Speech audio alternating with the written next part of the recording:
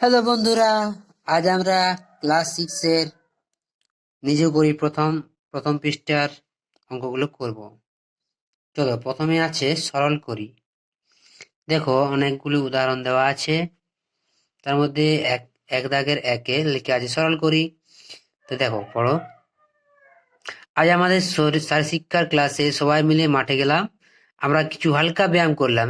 Sir আমাদের 3টি সারিতে সমান সংখ্যায় দাঁড় করে বললেন আমরা মোট 36 জন এসেছি। তাহলে ওই 36 জন প্রত্যেকেই কটা সারি বানাবে? 3টে সারি। হ্যাঁ, তাহলে একটা সারিতে কতজন দাঁড়াবে? দেখো, তাই একটা সারিতে দাঁড়ালাম 36/3। 36কে 3 দিয়ে ভাগ করলে 12 বার হয়। তাহলে 3×36, ঠিক আছে। কিছুক্ষণ পর পঞ্চম শ্রেণীর ছাত্রছাত্রীরা আমাদের সাথে যোগ দিল। তারা প্রতি সারিতে একই সংখ্যায় দাঁড়ানোর চেষ্টা করলো। তারা প্রতি সারিতে 12 জন করে 2টি সারি তৈরি করেও আরো 10 জন অবশিষ্ট রয়ে গেল। তাহলে হিসাব করে দেখি পঞ্চম শ্রেণীর মোট কতজন ছাত্রছাত্রী এসেছে। দেখো, তাহলে এখানে 12 12 × 2 যুক্ত 10 সমান সমান 24। তাহলে 12 × 2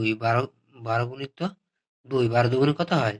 24 যুক্ত 10 সমান 24 আর 10 34। এরপর পঞ্চম শ্রেণীর 4 জন ছাত্রছাত্রী মাঠে অন্য কাজে চলে গেল। তাহলে এরপর আমাদের গাণিতিক ভাষায় সমস্যাটি হলো, দেখো, সরল করতে গেলে আমাদের একটা রুল ফলো করতে হয়, যাকে বলা হয় বদমাশ রুল। আচ্ছা, এটির পরে আমি তা আলোচনা করব। দেখো, অঙ্কটি হচ্ছে 36/3 গুণিত 2 যুক্ত 10 বিযুক্ত 4।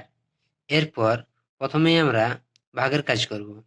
তাহলে 36কে 3 দিয়ে ভাগ করলে কি হয়? 3×12 = 36 গুণিত 2 যুক্ত 10 বিযুক্ত 4। এরপর গুণের কাজ। 12কে 2 দিয়ে গুণ করবো, 12 দুগুণে কত হয়? 24। এরপর 10 বিযুক্ত 4। এরপর যোগের কাজ। তাহলে 24 আর 10 যোগ করলে কত হয়? 34 বিযুক্ত 4। এবার 34 থেকে 4 বিয়োগ করলে হয় 30। তাহলে পঞ্চম শ্রেণীর 30 জন ছাত্রছাত্রী মাঠে থাকলো।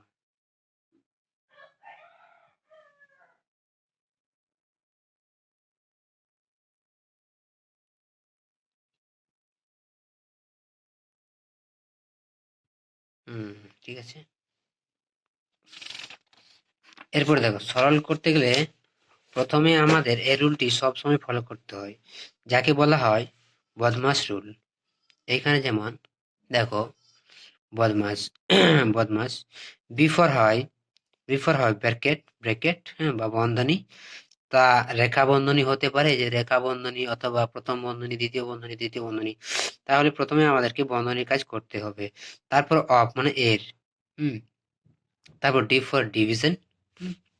ডি ফর কি হয়? ডিভিশন মানে ভাগ। এম ফর মাল্টিপ্লিকেশন মানে গুণ।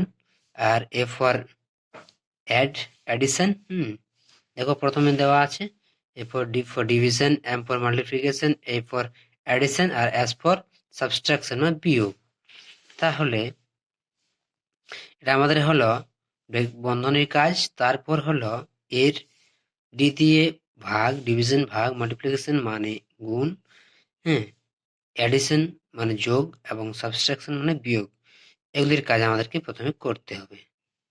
চলো এরপর দেখা যাক কিছুগুলা উদাহরণ। দেখো, এখানে নিজে করি 1.1 উদাহরণটি দেখো। দেওয়া আছে 30 বিযুক্ত 24, উপরে আছে রেখা বন্ধনী বিযুক্ত 6, প্রথম বন্ধনী শেষ বিযুক্ত 8 এর মান খোঁজার চেষ্টা করতে। দেখো, প্রথমে আমরা এই যে রেখা বন্ধনীর কাজটা করবো, রেখা বন্ধনীর কাজটা আমরা প্রথমে করব। দেখো, তাহলে 30 বিযুক্ত রেখা বন্ধনী 24 থেকে 6 বিয়োগ করলে আমাদের হয় 18 বিযুক্ত 8। এরপর আমরা প্রথম বন্ধনীর কাজ করব। 30 থেকে 18 বিয়োগ গেলে কত থাকে আমাদের?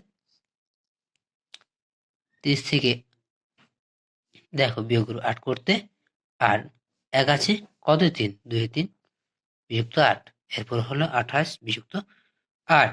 এরপর আমরা 28 থেকে 8 বিয়োগ করব, তাহলে পাই আমরা 20। তাহলে এখানে আমরা পেলাম কত? 20। এটা হলো আমাদের একটা উত্তর। এরপর 2 নম্বর কোশ্চেন আছে, দেখো 40 ভাজিত 5 গুণিত 4, প্রথম বন্ধনী, এটা প্রথম বন্ধনী, তারপরে আছে 13, প্রথম বন্ধনী 13 গুণিত রেখা বন্ধনী 8 বিযুক্ত 3 যুক্ত 6, প্রথম বন্ধনী শেষ। এক্ষেত্রে প্রথমে আমরা রেখা বন্ধনীর কাজ করব, তারপরে আমরা এখানে ভাগের কাজ করব। তাহলে চলো দেখা যাক। দেখো অঙ্কটি অনেকটা করে দেওয়া আছে। 40 ভাজিত 5, হ্যাঁ এখানে রেখা বন্ধনীর কাজ আগে করেছে, তাহলে 8 বিযুক্ত 8 থেকে 3 গেলে 5 থাকে, ঠিক আছে। এরপর আমরা ভাগের কাজ করব, তাহলে 5 কত 40, 5 দিয়ে 40কে ভাগ করব, তাহলে 5 8 40 গুণিত 4 যুক্ত 3 5 গুণ করব, 3 5 15 প্লাস 6। এরপর আমরা দেখো এখানে দেওয়া আছে 8 গুণিত 4 এর 21, তার মানে এই দুটো যোগফলকে আমরা 4 দিয়ে গুণ করব, মানে 21কে আমরা প্রথমে 4 দিয়ে গুণ করব। তাহলে দেখো 4 21 হয় আমাদের 84। ওই 84কে আবার 8 দিয়ে গুণ করব, তাহলে কত হয় আমাদের? দেখো 8 4 8 32 2, হাতে রইল 3, 8 8 64, 64 65, 66 67, 67 672। তাহলে এখানে আমাদের পেলাম 672। তবে এরপর আমরা এইভাবে পরের এই সব অঙ্কগুলো এই সূত্র দ্বারাই করব। ঠিক আছে, তবে দেখা হবে পরের ভিডিওতে। কষে দেখি 1.1। ঠিক আছে, ভালো থেকো।